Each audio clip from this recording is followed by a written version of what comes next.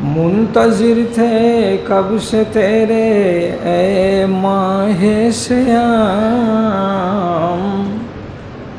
मुंतज़िर थे कब से तेरे ए माहे श्याम। अहले मिल्लत कर रहे हैं दिल से तेरा एहतराम। खुल गया आमद से तेरे बाब रहमत खुल गया, खुल गया आमद से तेरे बाब रहमत खुल गया। बारिश अबूरो करम से जंग इस्यां ढा गया।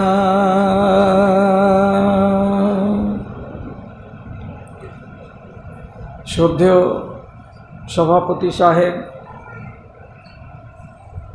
समवेत এই গ্রামের বিভিন্ন প্রান্ত থেকে আল্লাহর ঘর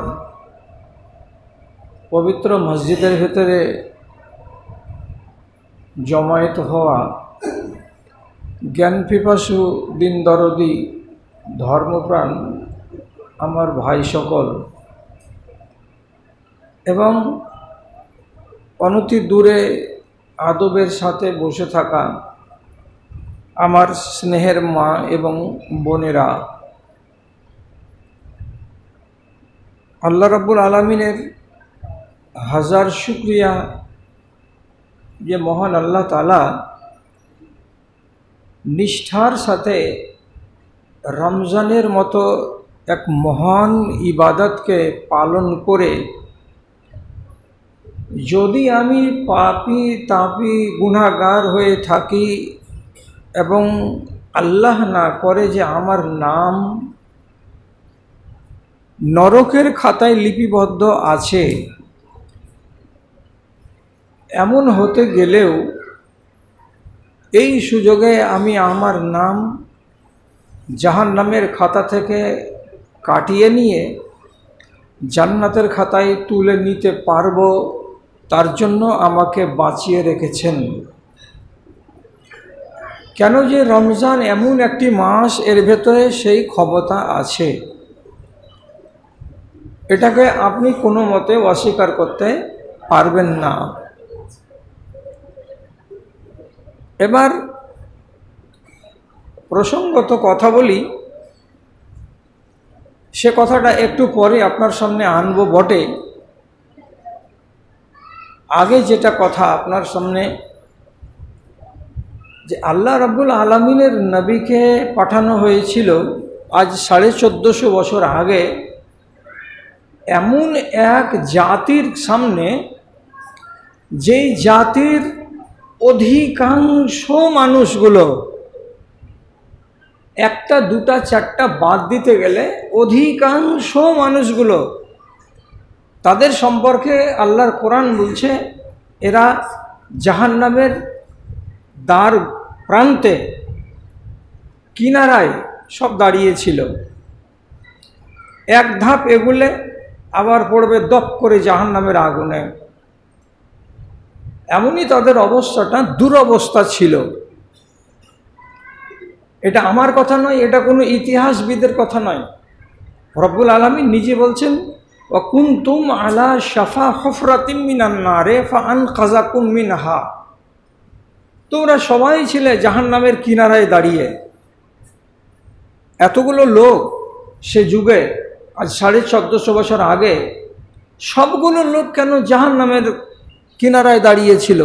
এটা কথা তো আপনার মনে প্রশ্ন হয়, হতে পারে এটা কথা কেন হলো? কেনর জবাব হলো এই যে প্রত্যেকটা মানুষ কোনো না কোনো এমন কাবিরা গুনাহতে জড়িয়েছিল যে তাদের মাপ চাওয়ারও মানসিকতা ছিল না, আর ক্ষমা অর্জন করে নিতে হয় তার উপায়ও তাদের সামনে জানা ছিল না।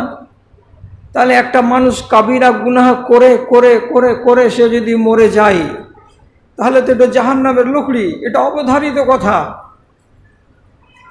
তাহলে সে যুগের মানুষগুলো সবাই একটা না একটা অপরাধে জড়িয়ে ছিল, আর তাদের সিনাটা, তাদের মনটা, তাদের মস্তিষ্কটা ঈমান নামের বস্তু থেকে একেবারে ফাঁকা পড়েছিল, এক কিঞ্চিত পরিমাণে সেখানে ছিল না।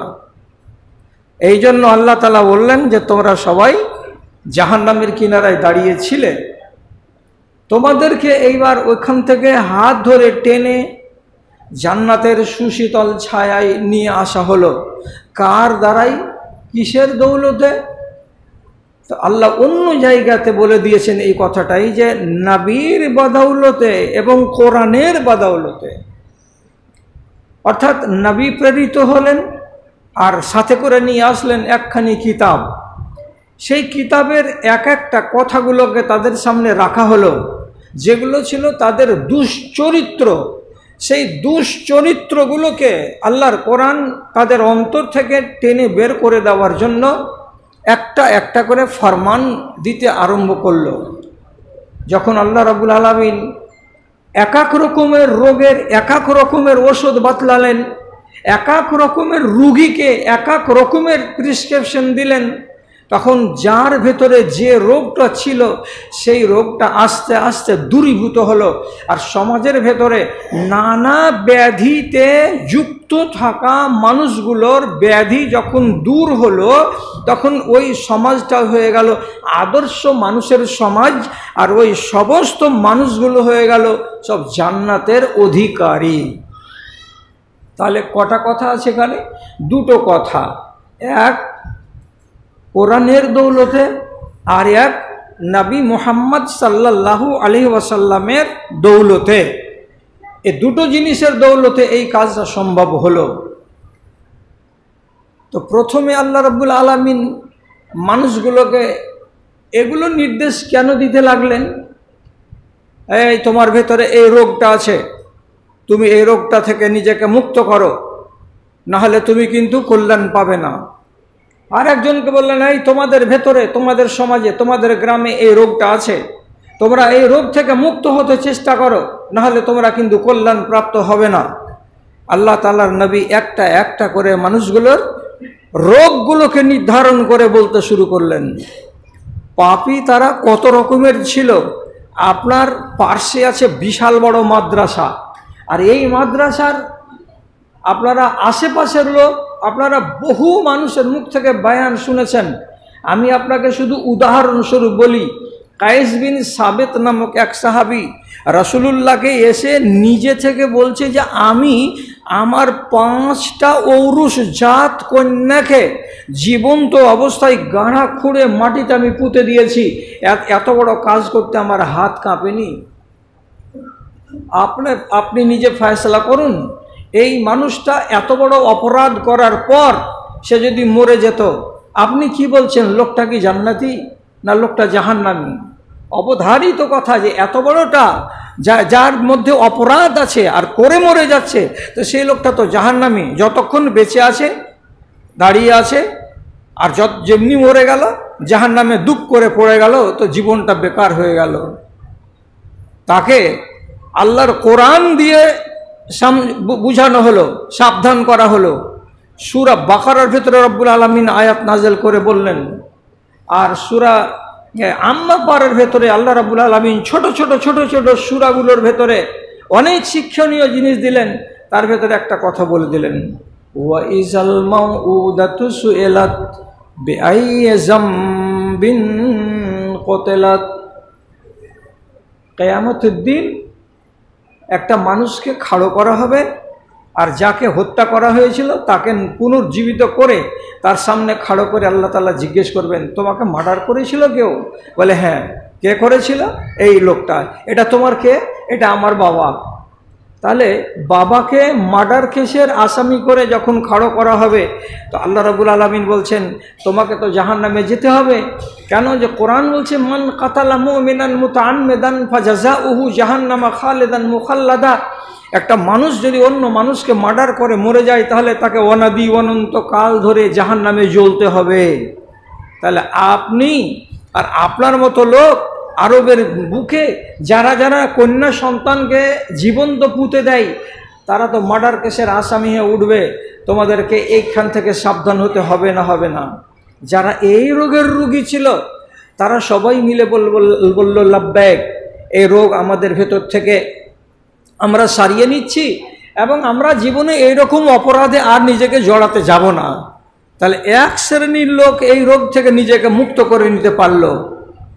ভাই আমার, দাদা আমার, বাপজিরা আমার, ভালো করে কথাটাকে খেয়াল করুন এবং বুঝুন। একটা মানুষের ইজ্জতকে নষ্ট করা আর একজন মুমিনের উচিত নয়। আল্লাহ তাআলা নবী বলছেন, ইন্না দিমাআকুম ওয়া আমওয়ালাকুম ওয়া আরাযাকুম হারামুন আলাইকুম। একজন মুসলমানের উপরে আরেকজন মুসলমানের মাল এবং তার রক্ত এবং তার সম্ভ্রম ইজ্জতকে আল্লাহ তাআলা হারাম করে দিয়েছেন। আপনি কোনো মুসলমানের ইজ্জতকে দেখতে পারেন না আর আপনি নিজের ইজ্জত কোনো মুসলমানকে দেখাতে পারেন না, এটা কঠিনতম অপরাধ। আর একটা মানুষ মরে গেলে তার ইজ্জত কতখানি থাকে, জীবিত অবস্থায় যতখানি ইজ্জত ছিল ততটাই থাকে, একটুকু তার ইজ্জত কমে যায় না। এবার আপনাকে বলি, আরবের লোকেরা কোরআন যেদিন আসেনি সেই দিন সেই সময় তাদের দেশের একটা বড় ব্যাধি কি ছিল, যে এমন এক শ্রেণীর দুর্বৃত্ত ছিল যে আপনার গ্রামে আমার গ্রামে কোনো একটা মানুষ যদি মারা যায়, 5 মিটার কাপড় দিয়ে 2টো চাদর দিয়ে মানুষটাকে আমরা দাফন করে দিয়ে আসি, দিয়ে আরামে বাড়িতে ঘুমাই। কিন্তু সেই দেশের মানুষেরা নিজের বাপকে মাকে মাটি দিয়ে বাড়িতে আরামে ঘুমাতে পেত না। কেন পেত না? তাদের ভেতরে এক শ্রেণীর লোক ছিল, তাদেরকে বলা হয় হাদিসের ভাষায় নাব্বাস, অর্থাৎ মরা মানুষকে কবর থেকে রাতের বেলায় পাটাতনকে খুলে ফেলে দিয়ে ওর গা থেকে সম্পূর্ণ সাদা কাফনকে খুলে নতুন কাপড়গুলোকে তা করে ভাঁজ করে নিজের বগলে দাবিয়ে মাইয়াতের ইজ্জত আবরুকে কোনো রকমেরই পরোয়া না করে তাকে নাঙ্গা করে ফেলে নিজের স্বার্থকে পুরো করার জন্য বাড়ি চলে আসতো। আপনি নিজে বলুন, একটা মাইয়াতের গা থেকে এভাবে কাপড়কে খুলে নিতে গেলে তার আবরুকে যে বেআবরু করা হলো, এই জিনিসটা তাদের গা কাঁপতো না? এত বড় অপরাধ তারা করেছে। আল্লাহ রাব্বুল আলামিন ওই ধরনের মানুষগুলোকে বললেন যে যারা এই রকমের ব্যবসার সাথে জড়িয়ে আছো, যারা রাহাজানি করো, যারা মানুষের রাস্তাকে আটকে তাকে ঘিরে তার মালকে লুটে নাও, তার জান জীবনকে বিপন্ন করে দাও, এই রকম সমস্ত মানুষকে বলছি যে এই হারাম কাজ করে যদি তোমরা মারা যাও তাহলে তোমাদের পরকাল ভালো হবে না, তোমরা আগুনে অনাদি অনন্ত কাল ধরে জ্বলতে থাকবে। তাহলে এইভাবে আল্লাহ রাব্বুল আলামিন তাদের ব্যাধিগুলোকে চিহ্নিত করে করে ওষুধ পাঠাতে লাগলেন, আর ওষুধ আসতে লাগলো। শেষে ওই মানুষগুলো কতটা সম্মানী হলো আল্লাহর কোরআনকে মেনে, আপনি দেখুন। এবার হযরতে উমর রাদিয়াল্লাহু তাআলা আনহু, তিনি হলেন মুহাম্মদ সাল্লাল্লাহু আলাইহি সাল্লামের উম্মতির ভেতরে 2 নম্বর সর্বশ্রেষ্ঠ ব্যক্তি। 1 নম্বর সর্বশ্রেষ্ঠ ব্যক্তি হলেন আবু বকর সিদ্দিক রাদিয়াল্লাহু তাআলা আনহু, এবং 2য় শ্রেষ্ঠ ব্যক্তি হলেন হযরতে উমর ফারুক রাদিয়াল্লাহু তাআলা আনহু। ইনার মতো শ্রেষ্ঠ মানুষ এবং এত জ্ঞানী গুণী মানুষ যে তার জ্ঞানের পরিধিটা আপনি অনুমান করুন, যে দুনিয়াতে তিনি একজন মানুষ হিসাবে মগজে কোনো কথাকে কল্পনা করেন, তো সেই কল্পনাকে আল্লাহ রাব্বুল আলামিন এতটা পছন্দ করেছেন যে আয়াত বানিয়ে আসমান থেকে সেটাকে বিধিবিধান বানিয়ে নাজেল করে দিয়েছেন। ভাবনাটা কার? তা হযরত উমরের। ভেবেছেন কোথায়? দুনিয়ার মাটিতে। তিনি ফেরেশতা নন, একজন সাধারণ মানুষ আমাদের মতো। তো তার উন্নত মানের চিন্তাধারা কত ছিল এবং লোকটা বিজ্ঞ কত ছিল, এত বড় জ্ঞানী আর এত বড় গুণী, এত বড় দার্শনিক মানুষটা। তিনি নিজে যেদিন প্যালেস্টাইন জয় হলো তার শাসন আমলে, তখন তিনি বিশেষ কারণে তাকে প্যালেস্টাইন যেতে হয়েছিল। সেই প্যালেস্টাইন যাওয়ার কালে তার সেনাপতি ওবাইদা ইবনুল জাররাহ রাদিয়াল্লাহু তাআলা আনহুর সামনে তিনি বলেছিলেন একটা দামি কথা। সেই কথাটা আজও ইতিহাসের পাতায় সোনার কালিতে লেখা আছে। আপনি আপনার ব্রেনের মেমোরিতে প্রথম লাইনে এটাকে মাহফুজ করে রাখেন। তিনি কত দামি কথা বলে গেছেন। তিনি কি বলেছেন? কুন্না আজাল্লা কওমিন ফাআযানাল্লাহু বিল ইসলাম। কি তর্জমা? আমরা ছিলাম লাঞ্ছিত জাতি, আমরা ছিলাম ধিক্কৃত জাতি, আমাদের মতো ছোট লোক, আমাদের মতো অভদ্র, আমাদের মতো বর্বর, আমাদের মতো অসামাজিক প্রাণী আল্লাহর দুনিয়াতে আর কেউ ছিল না। আমরা ছিলাম নেহাত ছোট লোক, আমরা ছিলাম অতিমাত্রায় জঘন্য মানুষ। কেন? আমরা মাইয়াতকে রেহাই দিইনি, আমরা নারী জাতিকে রেহাই দিইনি, আমরা অপরিচিত মানুষকে রেহাই দিইনি, আমরা নারী জাতির আবরু নিয়ে ছিনিমিনি করতে আমরা একটু দ্বিধা করিনি। মদ ছিল আমাদের খাওয়া, আর নাচ গান করা ছিল আমাদের পেশা আর নেশা। আমরা এমন ধিক্কৃত মানুষ ছিলাম, কিন্তু রব্বুল আলামিন আমাদেরকে এখন চরম উন্নতির শিখরে পৌঁছে দিয়েছেন। আর আমাদেরকে আল্লাহ তাআলা সভ্য জাতিতে পরিণত করেছেন। কার দৌলতে? বিল ইসলাম। যখন আমরা ইসলামকে মেনে নিয়েছি, কোরআনকে মেনে নিয়েছি, যখন নবীর আদর্শকে আমরা বুকে চাপড়ে ধরে নিয়েছি, সেদিন থেকে আমরা বড় লোক হয়ে গেছি।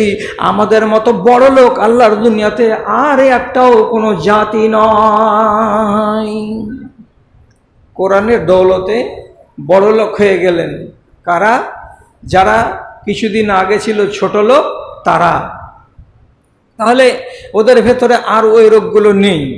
মদ ছেড়ে দিয়েছে, নেশা ছেড়ে দিয়েছে, সুদের ব্যবসা ছেড়ে দিয়েছে, মানুষের রাস্তা আটকিয়ে কতল করে দেওয়া, মাল লুটে নেওয়া ছেড়ে দিয়েছে, মহিলাদেরকে বেআবরু করা ছেড়ে দিয়েছে, সব বুরাইগুলোকে তারা ছেড়ে দিয়েছে।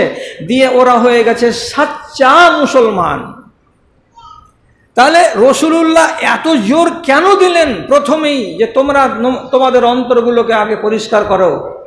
কথাটা হলো এই যে একটার নাম হলো ঈমান আর আরেকটার নাম হলো কুফর। ঈমান একটা আর কুফর হলো একটা।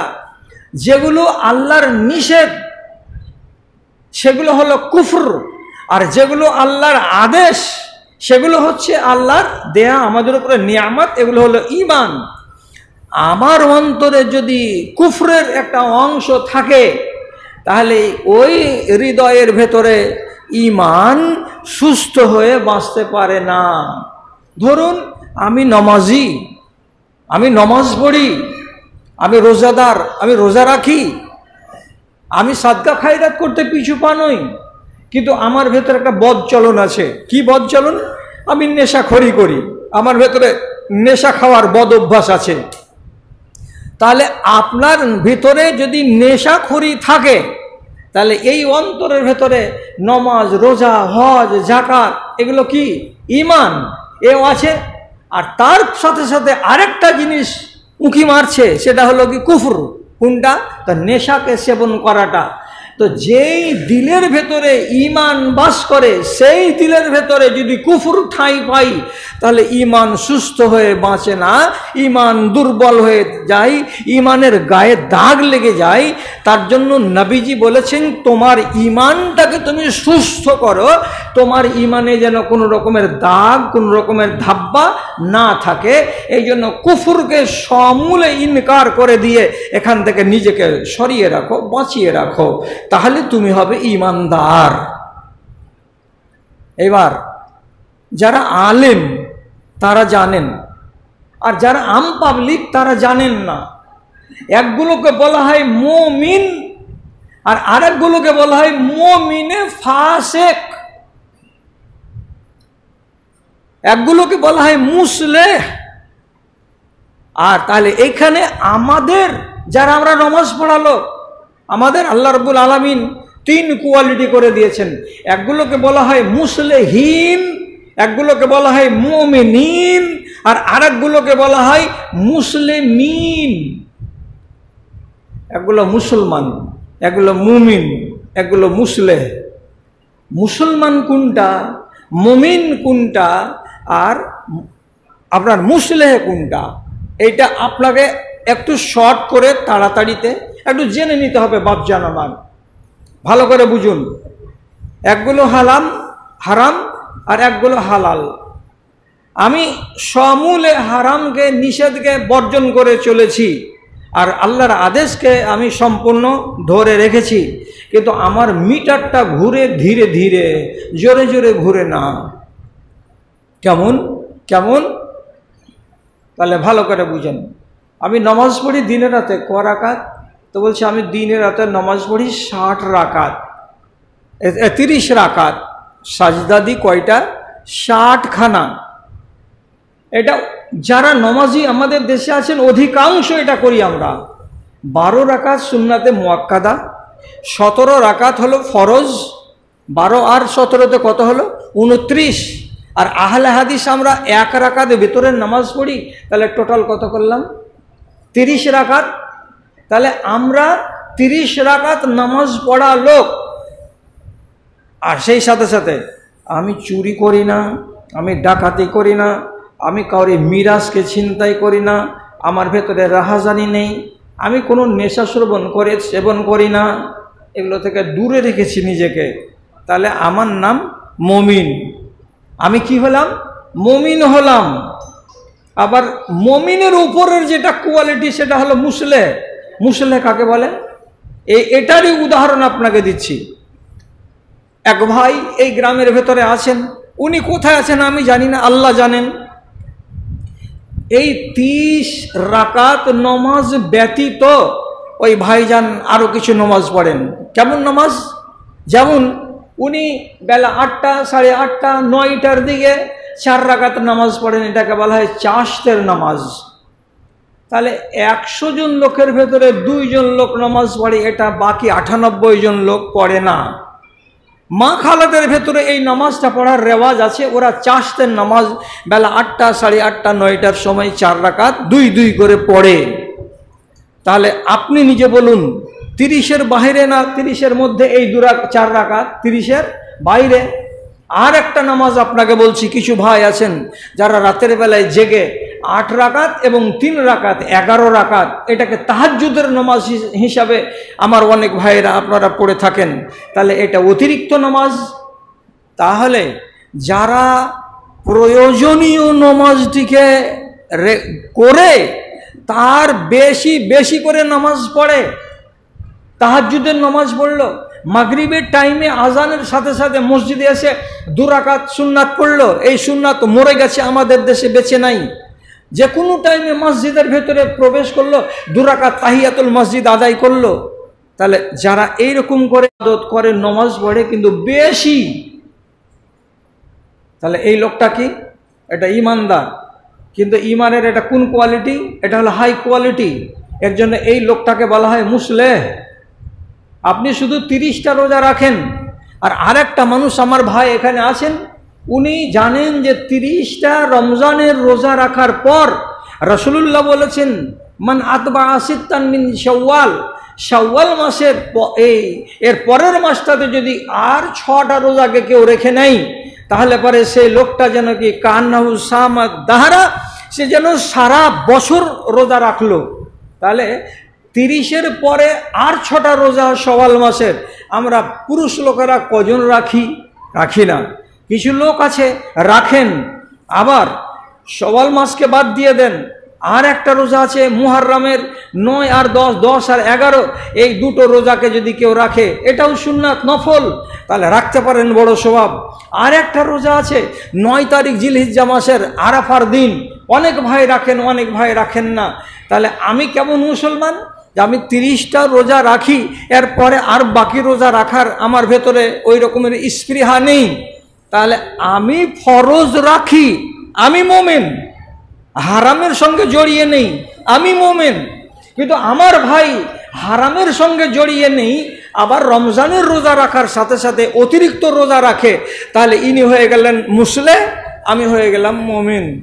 তাহলে ইনার ঈমান হলো হাই কোয়ালিটির, আর আমার ঈমান হলো উনার চাইতে কিছু লো কোয়ালিটির। আর এই লোকটিরই ভেতরে কিছু লোক এমন আপনারা বা আমরা আছি যে নামাজও পড়ি, রোজাও রাখি, আর সুযোগ পেতে গেলে একটু হালকা ফুলকা চুরি চামারি করি, সুযোগ পেয়ে গেলে মিথ্যা কথা বলে দিই, সুযোগ পেয়ে গেলে কোনো একটা হারাম কাজ চোখের সামনে ভালো লাগলো করে ফেললাম। তাহলে আমার ভেতরে কি আছে? ইমানের কাজ আছে, নমাজ রোজা হজ যাকাত আছে, আর কুফরের কাজ মাঝে মাঝে এক একটা করে আমি করি। তো যে একটা কুফরি কাজ আমি করি আর আমি জানি না বলে যদি করি, তাহলে আপনি মুমিন।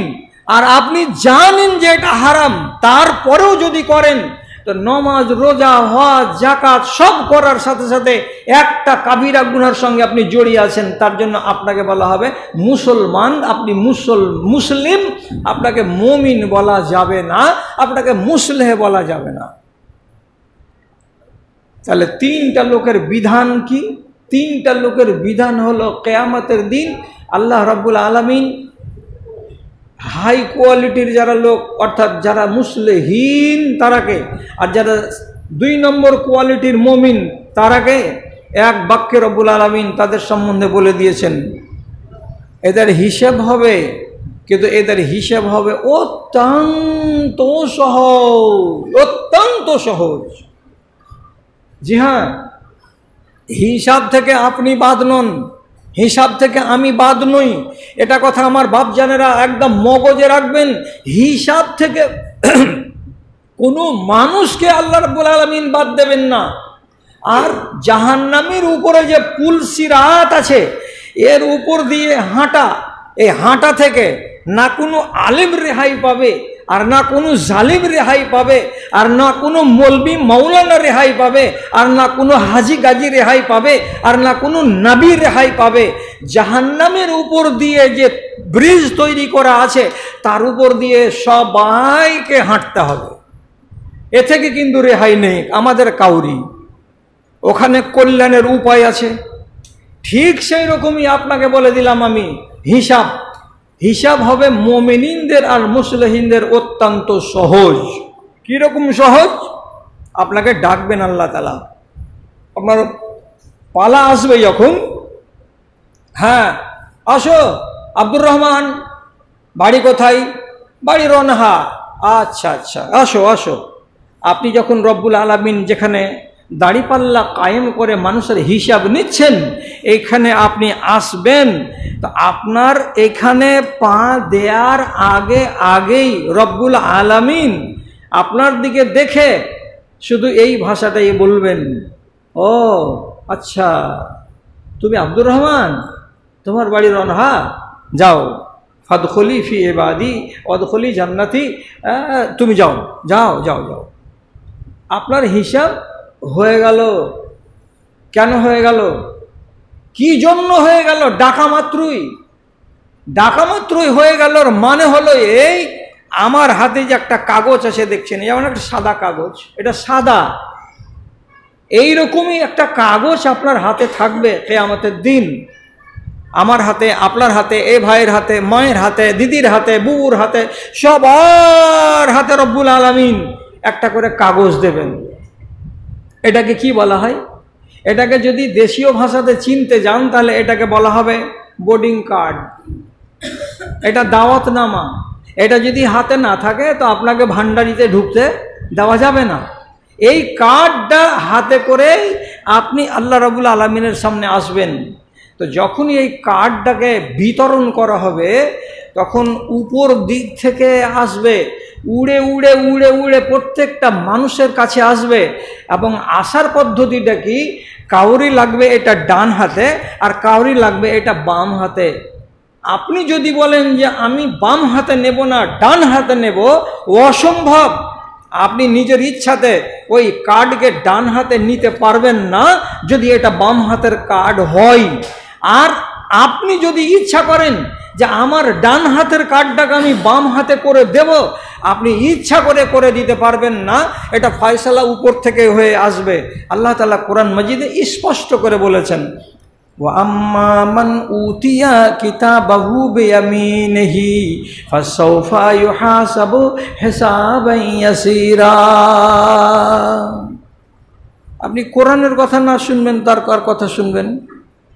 কি বলছেন রব্বুল আলামিন? যে সমস্ত মানুষগুলোকে আমলনামা বোর্ডিং কার্ডখানা তার ডান হাতে দেওয়া হবে, ডান হাতে ওই আমলনামা হাতে করে যখন রব্বুল আলামিন তাকে হিসাবের জন্য ডাকবেন, সেই জিনিসখানা তার হাতে দেখতে পেয়েই আল্লাহ তাআলা বলবেন, কে তুমি? তোমার নাম আব্দুর রহমান। কে তুমি? তোমার নাম নুরুল ইসলাম। যাও যাও যাও, আমার জান্নাত তোমার জন্য অপেক্ষা করছে, তোমাকে আর দেরি করতে হবে না। হিসাবান ইয়াসিরা, সহজ হিসাব, আপনার হিসাব হয়ে গেল, আপনি চলে যান। আর যে বাম হাতের এই যে কার্ডধারী, ওকে ডাকা হবে আর সামনে খাড়ো করা হবে। এ তো মনে মনে বলবে, আমারও নাম ধরে আল্লাহ রাব্বুল আলামিন ডাকবেন, আমজাদ আলী লাব্বেক, হ্যাঁ তো যাও, জান্নাতে যাও। না, এই কার্ড যার বাম হাতে আছে ওই বান্দাকে সামনে হাজির করা হবে। খাড়ো হও। কেন খাড়ো হব? আল্লাহ হিসাব দিতে হবে।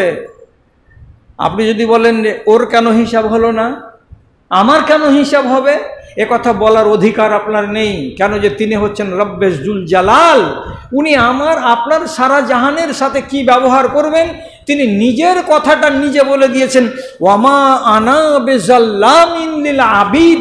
একটা বান্দার উপরে আমি জুলুম অবিচার করব না, এটা হলো আমার সিফাত, এটা হলো আমার চরিত্র। অতএব তুমি মনে মনে ভাবছো যে আমাকে কেন এমনি বিনা হিসেবে ছাড়া হলো না, তোমার কার্ড প্রমাণ করছে যে তুমি বিনা হিসাবে ছাড়া পাওয়ার লোক নও। অতএব দাঁড়াও হিসাব দিতে। তাহলে আপনি জানলেন মুসলমান কয় কোয়ালিটির? 3 কোয়ালিটির। যেই লোকটাকে আপনি বলবেন মুসলমান, এই লোকটাকেই বলা হয় আর একটা পরিভাষাতে, যারা মাওলানা আলেমদ্দিন তারা বুঝেন, এটাই হচ্ছে মমিনে ফাসেক। এই লোকটা মমিন, কিন্তু এর আর একটা বাড়তি নাম হয়ে গেল কি, সে লোকটা ফাসেক। কেন? নেশা ছাড়ে না, দিন ধর্ম ঠিকই করে, সে সুদের ব্যবসা ছাড়ে না, সে দিন ধর্ম ঠিকই করে। তাহলে আমার ভেতরে একটা কি আছে? বদ চরিত্র আছে, যার কারণে আমি এখন নিজেকে পুরো ইমানদার করতে পারলাম না। আপনার যদি এটা মানতে কষ্ট হয়, তাহলে আমার চলে যাওয়ার পরে এই যে সমস্ত আলেমগুলো আপনার এলাকার আছেন, ইনাদের কাছ থেকে সার্টিফাই নেবেন। একটা উদাহরণ আপনাকে দিচ্ছি। নবীজি হাদিসে বলছেন, ইজা জানাল আব্দ খারাজা মিনহুল ঈমান।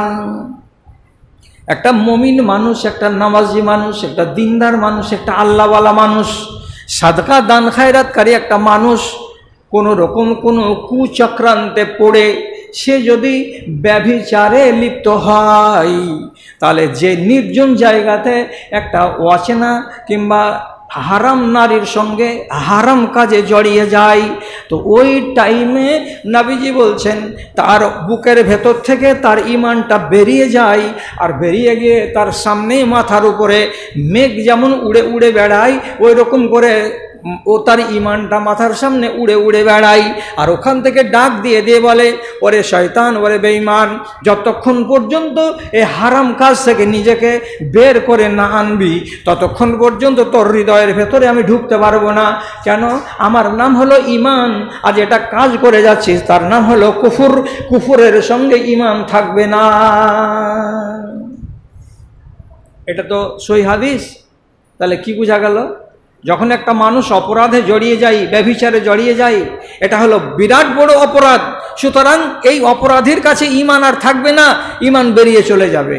এবার আমরা আমাদের দেশে যতগুলো মানুষ, যতগুলো ভাই আর যতগুলো বাবাজি বাস করছি, আল্লাহর কসম হয়তো অনেক ভাই রেগে টেগে যেতে পারেন, কিন্তু অবস্থাটা কি দাঁড়িয়েছে? অবস্থাটা দাঁড়ালো এই যে হারাম কাজ করতে আর তাকে ঈমানের সঙ্গে জুড়ে দিতে আমাকে দ্বিধা লাগে না। মানে করব হারাম, অথচ আমি আমার নিজের 2 চোখ দিয়ে দেখব কেমন করে আমি যেন হারাম করি না, মনে হচ্ছে যে আমি যেন ভালো কাজ করি। বাংলাদেশ গেছিলাম গত 2 বছর আগে, তো এক জায়গায়তে দেখতে পাচ্ছি বড় করে সাইনবোর্ড লেখা আছে, আর লেখা আছে কি, আল্লাহ ভরসা লটারি কাউন্টার। কি লেখা আছে? আল্লাহ ভরসা লটারি কাউন্টার, এখান থেকে লটারির টিকিট কেনেন, হাজার হাজার লোক নিয়ে যাচ্ছে। লটারিতে কি সবারই লাগে? লাগে না। আল্লাহর ভরসাতে কিনে যার কপালে লাগবে, আপনার কপালে লাগতে পারে, আমার কপালে লাগতে পারে, তো এটা কিনার কালে আপনাকে কি করতে হবে? আল্লাহর ভরসা করতে হবে। তা আল্লাহর ভরসা করে এ ভরসাকে কার সঙ্গে জুড়ে দিয়েছে? একটা হারাম ব্যবসার সঙ্গে জুড়ে দিয়েছে। আল্লাহর উপরে ভরসা করে তার জন্য আমি লটারির টিকিট কাটতে পারবো? ওই লোকগুলোকে কে বুঝাবে যে তোমাদের ইমানগুলো এত ড্যামেজ কেন, যে হারাম কাজ করতে গিয়ে তুমি ব্যবহার করছো কাকে? তো আল্লাহ রাব্বুল আলামিনের উপরে তাওয়াক্কুল করাকে। তাহলে যে একটা মদখোর লোক যখন গ্লাসে মদ নিবে, তো এর উপরে মুখে দেওয়ার আগে তখন বলবে বিসমিল্লাহির রহমানির রহিম। ভাত খাওয়ার আগে যদি বিসমিল্লাহ বলি, তো মদ খাওয়ার আগে কেন বিসমিল্লাহ বলবো না? তো এটা তো নালায়েকি কথা হয়ে গেল না? আপনি হারাম জিনিসের সঙ্গে একটা হালাল জিনিসকে জুড়ে দিয়ে আপনি নিজের ধর্মকে কলঙ্কিত করতে যাচ্ছেন কেন? আর অথচ তাদের এটা একবার হৃদয় কাঁপে না। আর এই কথাটা শত শত মানুষ, শত শত মুসলমান পড়ছে আর দেখছে, আর কোনো কথাই বলছে না। আমাদের দেশে হারামের টাকা কত আছে আপনি জানেন? একটা মানুষ, আমি আপনার নাম নিয়ে বলিনি, একটা মানুষ নিজের স্কুলে জাল খাতা বানিয়ে কত কত ছেলেদের ওদের ওই যেটা স্কলারশিপের টাকা ওটা মেরে নিয়েছে।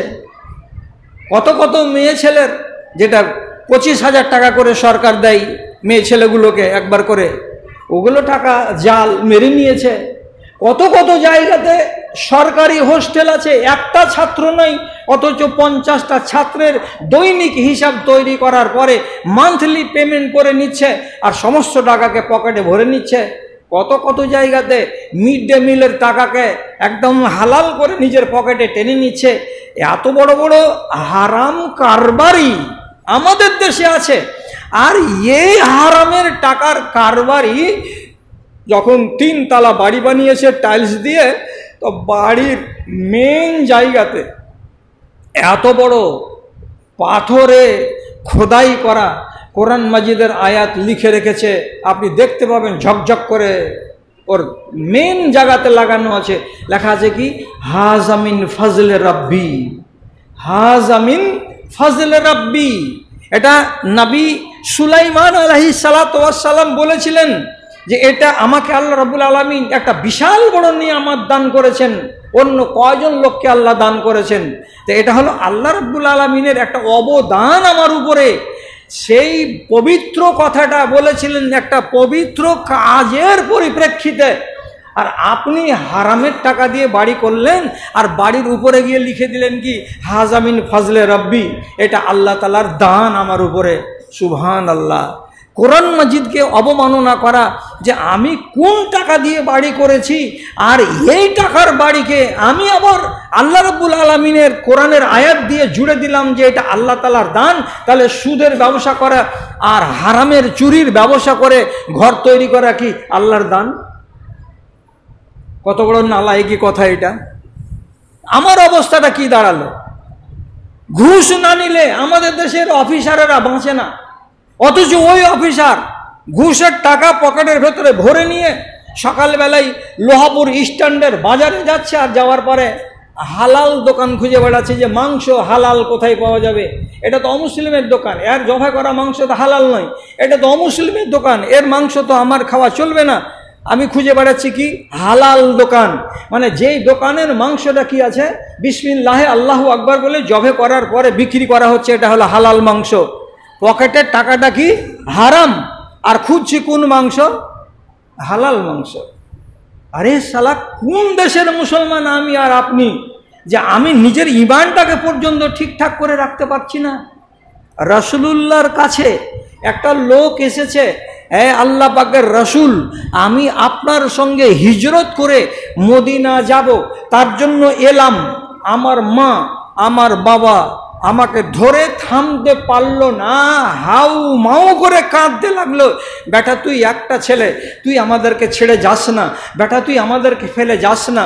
কত অনুনয় বিনয় করলো মা আর বাবা, ওরা কাঁদতেই থাকলো, আমি চলে এলাম, ধর আমি তোমাদের কথা শুনবো না, আপনার সঙ্গে আমি হিজরত করব, তার জন্য আমি চলে এলাম।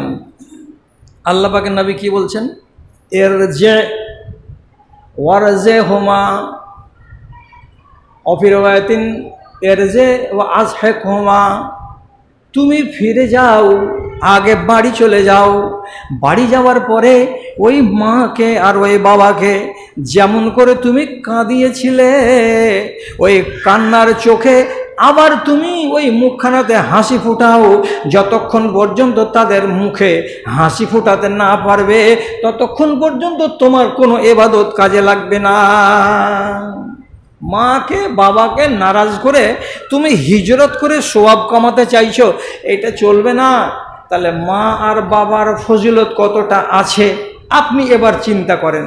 আমার এই সমাজের ভেতরে কত ছেলে পিলেকে আপনি পাবেন, যে ছেলে পিলে 70 বছর বয়সের মা বাবাকে ভিন্ন করে রেখেছে বাড়িতে, একই বাড়িতে বাস, মা বাবার সঙ্গে মিলমিলাপ নেই, ওরা আলাদা রান্না করে আর ছেলে নিজের বউকে নিয়ে আলাদা রান্না করে খায়।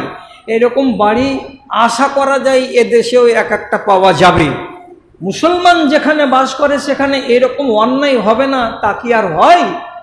70 বছরের বৃদ্ধা মা চোখের পানি মুছছে আর এদিকে উনুনে লকড়ি ঠেলছে, রান্না করছে, আর একবার করে আল্লাহ রব্বুল আলমিনের কাছে অভিযোগ জানিয়ে বলছে, হে পরওয়ারদিগার, তুমি আমার নসিবটা এমন করেছো, 3টা বেটা, 2 বেটা আলাদা বাড়ি করে 2 জায়গায় চলে গেছে, আর যে বেটাটাকে নিয়ে বাড়িতে আছি সেই বেটা ভাত দেয় না।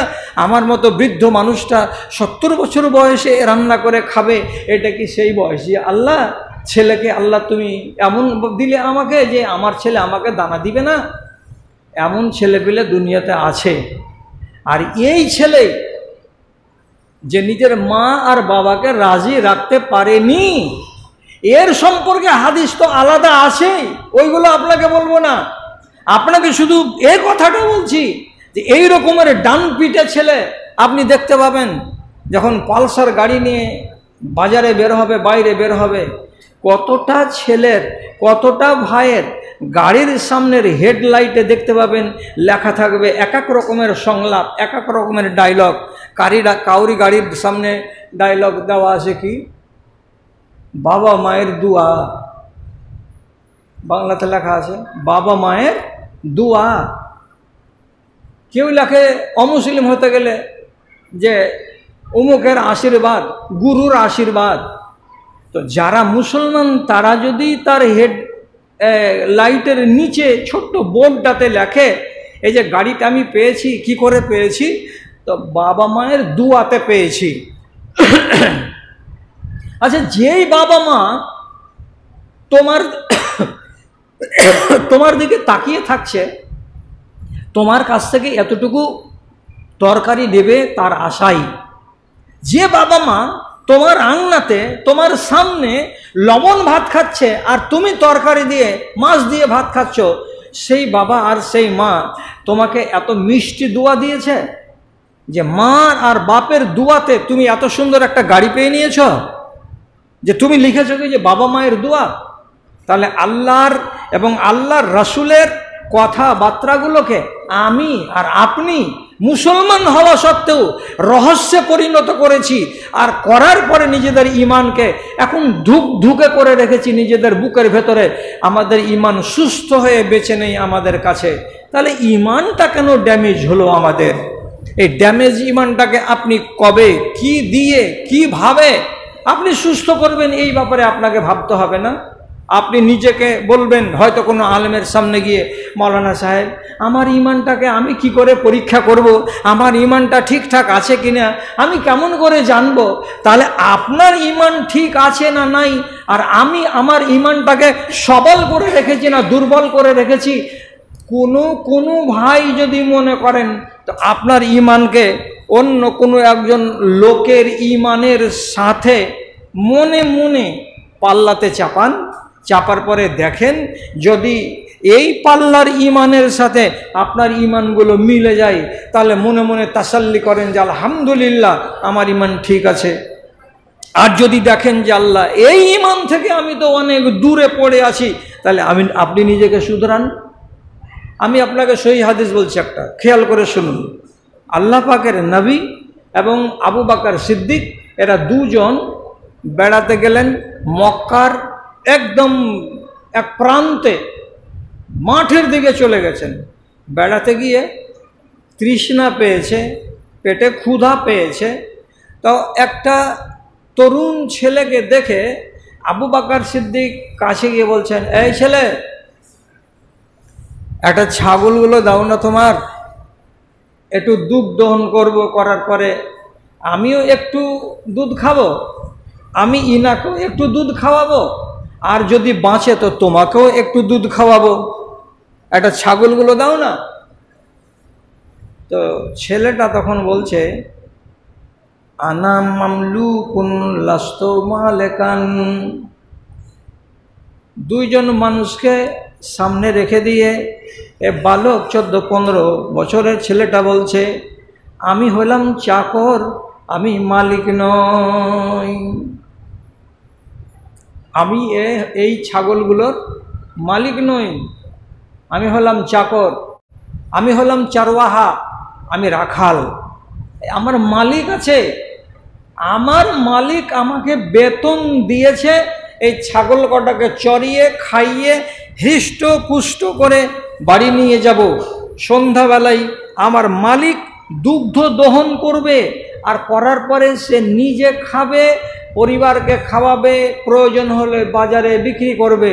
সুতরাং মালিকের জিনিসে আমি অনধিকার চর্চা করতে পারবো না। তো কথাটা কি কত চমৎকার কথা। আমি ভাই মালিক নই, আমি দিতে পারবো না আপনাকে, আমি মালিক হলে দিয়ে দিতাম।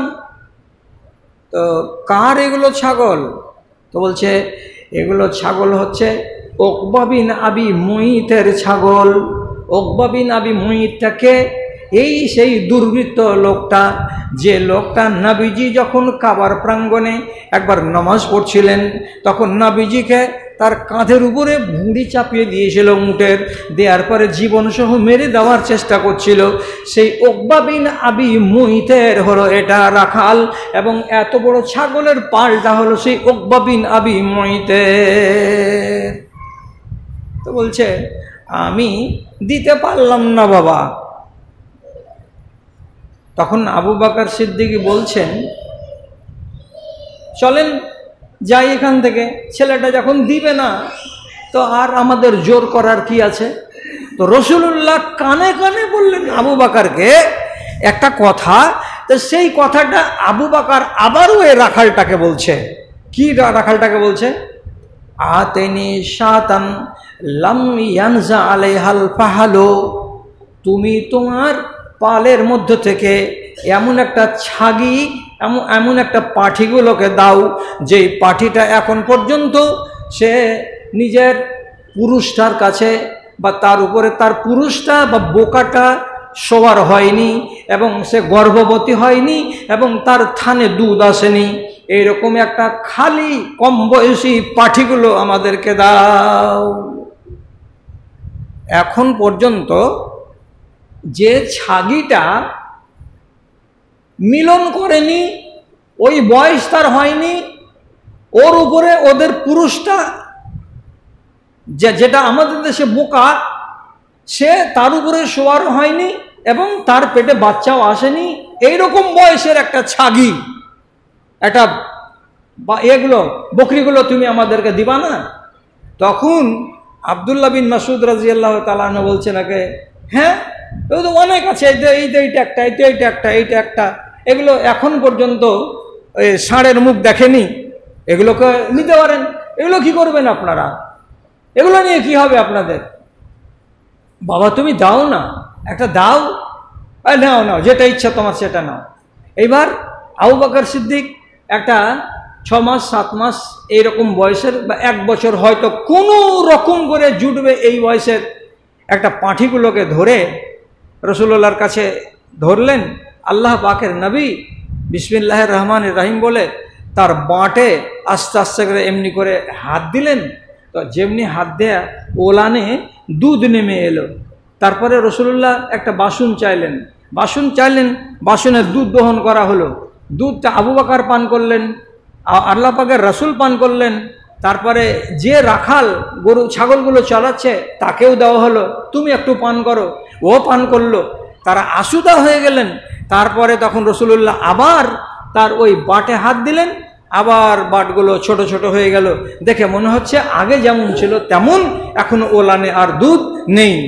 এই দৃশ্যটা দেখার পরে আবার ওই বালক কাছে এসে বলছেন, আপনি কি এমন কথা বললেন, আমাকে একটু শিখিয়ে দেন না। আপনি কি বলে এইরকম একটা 8 মাস বয়সের একটা ছাগি তার দুধ দহন করে নিতে পারলেন? ওই মন্ত্রটা যদি আপনি শিখিয়ে দিতেন তো বড্ড ভালো হতো। আল্লাহ পাকের রসুল ওই ছেলেটার ঈমানের দিকে দেখে, ছেলেটার ঈমানের দিকে দেখে, আরে তুমি তো এখন বেদিন, তুমি একটা মুশরিকের রাখাল, তোমার ভিতরেও কোরআন নাই, তোমার ভেতরেও ঈমান নাই, তুমিও এখনো দিন কবুল করনি, কিন্তু তোমার ঈমানটাকে দেখতে পেলাম। কি দেখলাম? সুবহানাল্লাহ। বলছে আনা মামলুকুন, আমি হলাম চাকর। কেন চাকর বলল? চাকর কোনো দিন মালিকের জিনিসে মালিকানা করতে পারে না। ছেলেটা খেয়ানত করবে না মালিকের, তার জন্য পরিষ্কার ভাষায় বলেছে, আমি যদি মালিক হতাম তো আপনাকে আমি দিয়ে দিতাম, কিন্তু আমি মালিক নই। এই ঈমানদারিটাকেই দেখে আল্লাহ পাকের নবী তার চেহারাটাকে পড়ে নিয়ে বলছেন, আনতা মুআল্লিমুন ইয়া ওয়ালাদু, এ ছেলে তুমি আমার কাছে ওই মন্ত্রটা শিখতে চেয়েও না। আমি তোমাকে দেখতে পাচ্ছি তুমি আগামী দিনের একটা শিক্ষক, তুমি আগামী দিনের একটা ওস্তাদ। একটা প্রফেসর যেমন হয়, একটা ওস্তাদ যেমন হয়, একটা শিক্ষক যেমন হয়, তোমার ভেতরে সেই নেচার আমি দেখতে পাচ্ছি। আগামী দিনে তুমি একটা ওস্তাদ হবে। আর নয়, চলে গেলেন রাসূলুল্লাহ সেখান থেকে। কিছুদিন গত হলো না, এই ছেলে কেবল তরুণ হয়ে উঠেছে, নওজওয়ান হয়ে উঠেছে। রাসূল কারীম বাড়িতে ছিলেন আর ঈমানের জমানা শুরু হয়ে গেছে। আল্লাহ নবীর কাছে এসে উকবা বিন আবি মুয়াইতের বাড়ির ব্যবসাকে বা ওর চাকরিকে রিজাইন করে দিয়ে আল্লাহ রসুলের হাতে হাত দিয়ে ঈমান কবুল করে নিয়েছে। ঈমান কবুল করে নেওয়ার পরে এত বড় মুফাসসির হলো, এত বড় কারি হলো যে রাসূলুল্লাহ মাঝে মাঝে বলতেন, আমি কোরআন শুনবো। কে শোনাবে? তো ডাকতেন কাকে?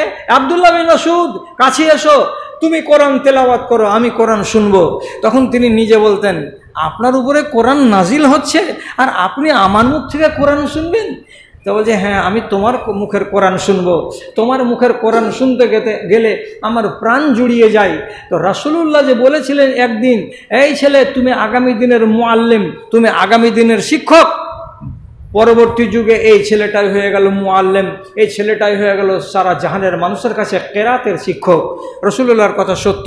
আমি আপনাকে বললাম কেন? শুধু এই কথাটা শিখাবার জন্য। তখনও ইসলাম অন্তরে ঢুকেনি, তারপরেও তার ভেতরে একটা মানবিকতা ছিল। কি মানবিকতা? যে পরের মালে আমি নিজে মালিকানা করতে যাব, এটা হলো অন্যায়। এত বড় কথাটা তার মগজে, তার মনের ভেতরে জাগ্রত ছিল। তাহলে আমাকে শিখতে হলো কার কাছ থেকে? আব্দুল্লাহ বিন মাসউদের মতো মানুষের কাছ থেকে। তার ঈমানটা কত শক্ত আর তার ঈমানটা কত বলিষ্ঠ। ভাই আমার, আপনারা তো ভালো করে জানেন এবং শুনেছেন, আবু লাহাব মুসলমান হয়ে মরেছে। ও তো কাফের, ও তো বেদিন, আর ওর নামে তো সূরা তাব্বাত ইয়াদা আবি লাহাব, তাব্বাত ইয়াদা আবি লাহাব। এই সূরা তো আমরা রোজ দিন পড়ছি। অথচ এই লোকটার কথা বলি, আমার আর আপনার একটু জ্ঞান যেন হয় তার জন্য আপনাকে বলছি যে আবু লাহাবের মতো লোক নিজের বেটা ওতাইবাকে যখন ব্যবসার জন্য সিরিয়া বেরিয়েছে ছেলেটা, তখন নিজের ছেলের সামনে খাড়ো হয়ে, আর ওদের যে 12-14 জনের টিম আছে একসঙ্গে ব্যবসাতে যাচ্ছে, ওর সামনে খাড়ো হয়ে বাকি 12-14 জন লোককে বলছে, ছেলেরা, ও আমার গ্রামের, আমার পাড়ার যুবকেরা, তোমরা একসঙ্গে ব্যবসাতে বেরিয়েছ, সিরিয়া যাবে, অনেক দূরের রাস্তা, লম্বা সফর। তবে একটা কথা বলি বাবা ধনেরা, তোমরা রাস্তা চলতে গিয়ে আমার এই ছেলেটাকে ওতাইবাকে কোনো সময় তোমরা ওকে আলাদাভাবে একাই কোনো জায়গায় যেতে দিবে না। তোমরা ওকে বডিগার্ডের মতো করে ঘিরে রাখবে। যখন রাতের বেলায় ঘুমাবে তখন এমন জায়গাতে এই ছেলেটার বিছানা লাগাবে যেই জায়গার চারিদিকে তোমরা শুয়ে থাকবে। আমার এই ছেলেটার বিছানাটা যেন এক কিনারাতে না হয়, এক সাইডে না হয়। ছেলেও বলছে, আব্বা আপনি আমাকে নিয়ে এত ভাবছেন কেন? আপনি আমার ব্যাপারে এত সতর্ক হচ্ছেন কেন? আমি বুঝতে পারি না। তো আবুল আহাবের মতো মুশরিক একটা কথা বলেছিল। কি বলেছিল কথাটা? ইন্নী আসাদুন নাসে খাউফান আলাইকা লিদুআ ইন নবী। তোমার উপরে নবী মুহাম্মদ সাল্লাল্লাহু আলাইহি সাল্লাম, আমি ওকে নবী বলে মানি না, কিন্তু লোকেরা তাকে নবী বলে। সেই সূত্রে বলছি, নবী মুহাম্মদ তোমার উপরে একটা বদদুয়া করে দিয়েছে। আর ওই বদদুয়াটা যেদিন থেকে আমি কানে শুনেছি সেদিন থেকে আমার ভিতরটা শুধু এমনি এমনি করে, আর আমি ভয় পাই, ওরে আমার ছেলে, ওরে আমার বেটা, তুমি বিদেশে গিয়ে কখনো কোনো এক সময় দুর্ঘটনা ঘটে যেতে পারে। এটা অসম্ভব নয়। কেন? যে আল্লাহ রাব্বুল আলামিন ওই মানুষটার দোয়াকে জীবনে কোনোদিন ফেলে দেন না। নবী মুহাম্মদ টোলারি লোক, পাড়ারি লোক, অথচ তাকে নবী বলে মানে না। কিন্তু নবীজির পাওয়ার সম্পর্কে তার কত বড় বিশ্বাস যে তোমার বিরুদ্ধে যেটা দোয়া করে দিয়েছে এই নবী মুহাম্মদ সাল্লাল্লাহু আলাইহি সাল্লাম, এই দোয়াকে বলে আমার সব সময় মনের ভেতরে ভয় আছে, আশঙ্কা আছে। আল্লাহ আমার ছেলেটাকে এই দোয়া না লেগে যায়, আল্লাহ এই ছেলেটাকে আমার দোয়া না লেগে যায়। কি দোয়া? রাসূলুল্লাহ কি দোয়া করেছিলেন? দোয়া নয়, বদদুয়া। বদদুয়া করেছিলেন। কেন? দুটা বেটা আবুল আহাবের, উতবা আর উতাইবা, রাসূলুল্লাহর দুটাই জামাই। দুই বেটির বিয়ে দিয়েছিলেন একই লোকের বাড়ির দুটো বেটার সঙ্গে। যখন রাসূলুল্লাহ ইসলাম প্রচার করলেন, কোরআন এলো, নতুন দিনের যখন প্রচার শুরু হলো, আবুল আহাবের মতো লোক সহ্য করতে না পেরে, রাগ সামলাতে না পেরে একদিন নিজের দুই বেটাকে বলছে, রাসুকুমা আলা রাসি হারামুন, আমার উপরে তোমরা হারাম, তোমাদের উপরে আমি হারাম, যতক্ষণ পর্যন্ত তোমরা দুই বেটা আমার কথা না শুনবে। কি কথা আব্বা? আপনার কথা শুনবো না মানে? কেন শুনবো না? বলেন কি কথা? তখন আবুল আহাব বলেছিল তার দুই সন্তানকে, দুশমনের মেয়েকে বাড়িতে রাখবো না। কে দুশমন? নবী মুহাম্মদ সাল্লাল্লাহু আলাইহি সাল্লাম। এটা হলো দুশমন। দুশমনের মেয়েকে বাড়িতে রাখবো না। আর এই দুশমনের দুই মেয়ে আমার বাড়িতে বৌমা হয়ে আছে। অতএব তোমরা দুই ছেলে আমার দুশমনের মেয়েকে যদি তালাক না দাও, তাহলে পারে তোমরা আমার ছেলে নও, আমি তোমাদের বাপ নই। আর রাগ জন্মে না। আপনি নিজে বলেন, ওর নামে সূরা নাজিল হচ্ছে কোরআন মাজিদে, তাব্বাত ইয়াদা আবি লাহাব, তাব্বাত ইয়াদা আবি লাহাব। আবুল আহাবের দুইখানা হাত মাটিতে মিশে যাক, দুইখানা হাত মাটিতে মিশে যাক। কোরআনের আয়াত যখন হলো আর লোকেরা যখন পড়তে শুরু করলো, তখন আবুল আহাবের সেন্টিমেন্ট কত হলো, এটা কোরআনের আয়াত হয়ে গেল আর আমার নামে কোরআনের আয়াত নাজিল হলো। রাগ সামলাতে না পেরে বেটারাকে বলল, এই বেটিগুলোকে তালাক দাও, নাহলে তোমরা আমার ছেলে নও। দুই ছেলেই রাজি নবীজির মেয়েকে তালাক দিবে বলে। ওতাইবা যেটা ছেলে, সে রাসূলুল্লাহর কাছে গেল, আর যাওয়ার পরে রাসূলুল্লাহকে উচ্চ বাচ্চ করে আল ফাল করে গাল দিল। আর গাল দেওয়ার পরে বলছে, তোমার বেটিকে রাখবো না, তোমার বেটিকে তোমার বাড়ি ফিরিয়ে দিলাম, আর তোমাকে শ্বশুর বলে আজ থেকে দাবি করব না, মানব না। দিয়ে ঘৃণার বশে রাসূল করিম সাল্লাল্লাহু আলাইহি সাল্লামের চেহারার তাক করে থুথু নিক্ষেপ করে দিয়েছিল। থুথু।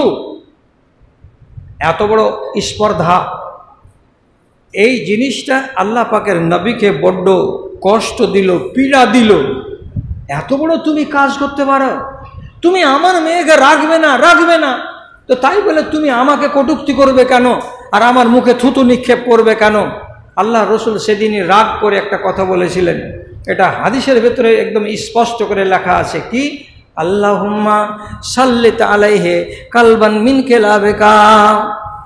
হে আল্লাহ রাব্বুল আলামিন, তুমি আমার চোখের সামনে এই যে ছেলেটা দাঁড়িয়ে আছে, এর উপরে কোনো একটা কুকুরকে, জঙ্গলের কোনো একটা জানোয়ারকে তুমি এর জন্য নিযুক্ত করে দিও, যাতে করে আমার চোখের সামনে দাঁড়িয়ে আছে এই মানুষের রূপী কুকুরটাকে আর একটা জঙ্গলের কুকুরে আক্রমণ করে দেয় এবং এর প্রাণটাকে যেন শেষ করে দেয়। এটার ব্যবস্থা রব্বুল আলামিন তুমি করে দিও। এর উপরে একটা কুকুর বা একটা নেকড়ে বাঘ তুমি নিযুক্ত করে দিও রব্বে কারীম, যেন এই জানোয়ারটাকে ফেড়ে চিরে আর জীবনকে পয়মল করে দেয়। কেন? যে এ আমার সঙ্গে অভদ্র আচরণ করেছে।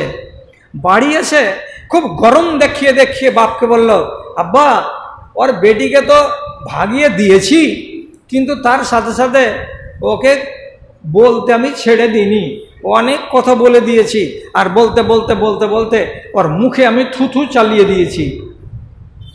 বাপ শুনে খুশি হলো, তারপরে আবার জিজ্ঞেস করে বলছে, তুই যে এত বড় কাজটা করলি, তো তোর শ্বশুর কিছু বললো না? বলছে, হ্যাঁ, ও রাগ করে তখন বললো একটা কথা। কি বললো রে? কি বললো রে? তখন বলছে, আল্লাহুম্মা সাল্লিত আলাইহি কালবান মিন কিলাবিকা। যখন এই বদদুয়াটা কানে শুনেছে, নিজের বাপকে এসে বলে দিয়েছে। আবু লাহাবের মতো বাপ তখন নিজের বেটাকে বলছে, বেটারে দুয়াটাকে বলে তোর মনে ভয় লাগে কি লাগে না আমি জানি না, কিন্তু আমি আবু লাহাব, আমার মনের ভেতরে এতটা ভয় হয় যে এই দোয়াটা জীবনে রদ হবে না। কেন? দোয়া কে করেছে? তো নবী মুহাম্মদ সাল্লাল্লাহু আলাইহি সাল্লাম করেছে। এর দোয়া জীবনে আল্লাহ রাব্বুল আলামিন ফেলেন না।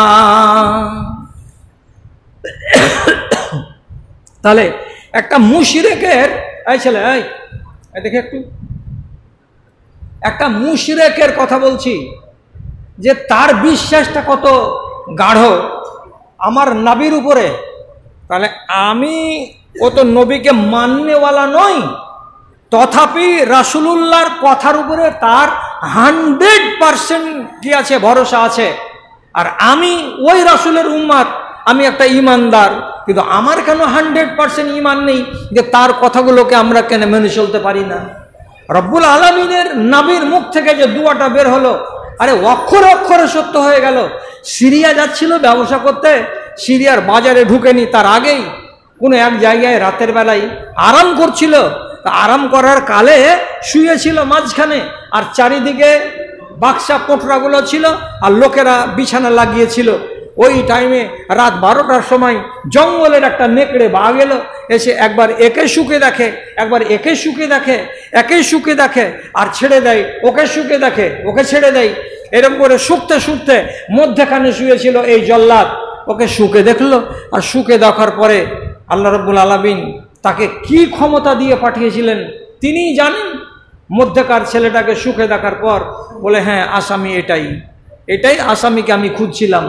ওর ঘাড়ে এমন করে কামড় দিল যে কামড় দিয়ে তাকে লহুলাহান করে দিল, আর লহুলাহান করে দিয়ে নিমেষের ভেতরে এতটি লোকের ঘেরাবন্দির মাঝখানে তাকে আক্রান্ত করে দিয়ে নেকড়ে বাঘ পালিয়ে চলে গেল।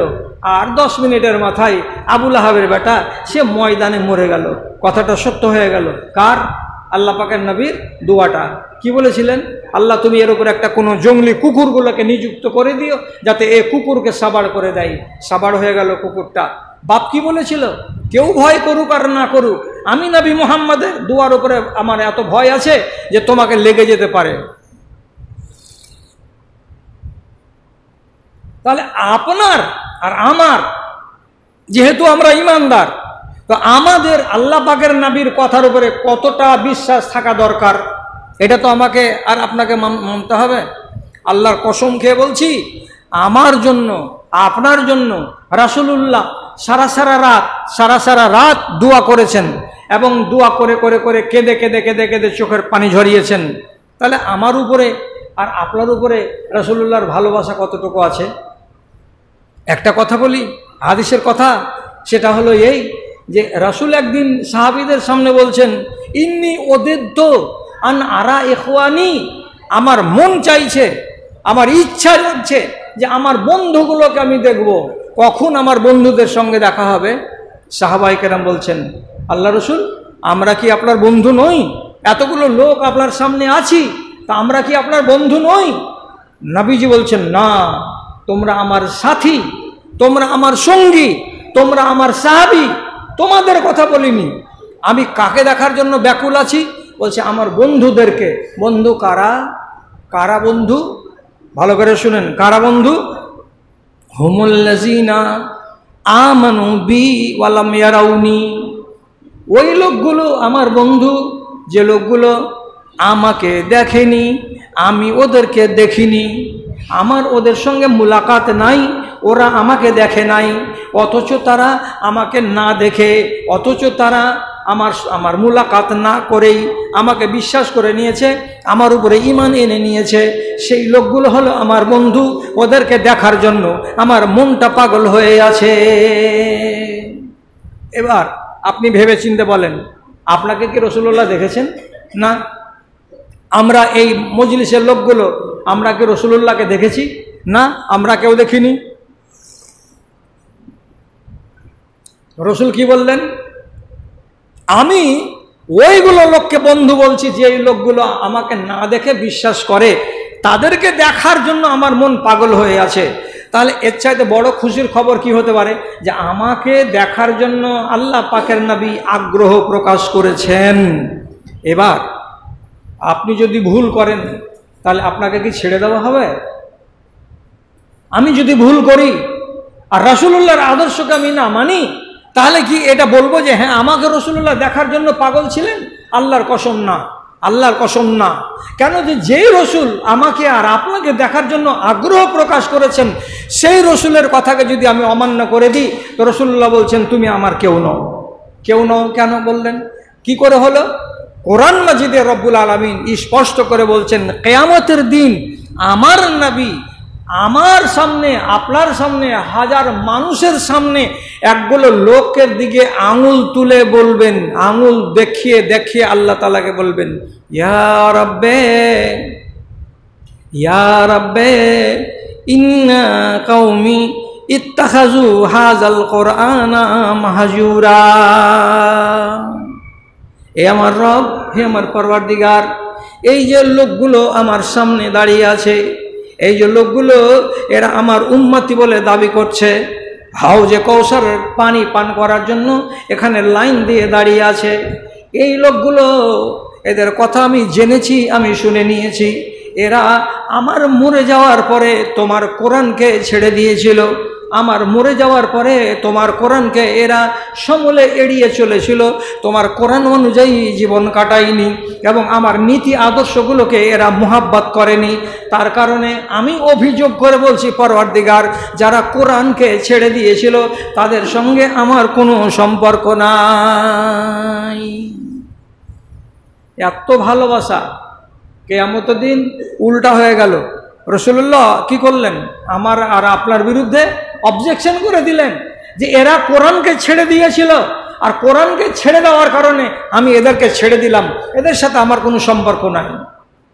আবার আল্লাহর ফেরেশতারা খবর দিয়ে বলবেন কিছু কিছু লোক সম্পর্কে, রাসূলুল্লাহ পানি দিতে যাবেন হাউজে কৌসারের, ইতিমধ্যেই রসুলকে নিষেধ করে দেওয়া হবে, আপনি পানি দিয়েন না, আপনি পানি দিয়েন না।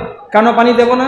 ওই যে এই জন্য পানি দিয়েন না, এরা আপনার উম্মতি হয়েছিল না, আপনি মরে যাওয়ার পরে এরা এই করেছে, এরা এই করেছে, এরা এই করেছে। যখনই অভিযোগগুলো প্রমাণ হয়ে যাবে, তখন আল্লাহ রাব্বুল আলামিনের নবী স্পষ্ট ভাষায় বলে দিবেন, সহকান সহকান, তোমরা চলো এখান থেকে, তোমরা চলে যাও, তোমাদের মতো মানুষগুলোকে আমি উম্মতি বলতে রাজি নই, তোমাদের মতো মানুষগুলোকে আমি উম্মতি বলে দাবি করি না, অতএব তোমাদেরকে পানি পান করতে দেওয়া হবে না, এখান থেকে চলে যাও।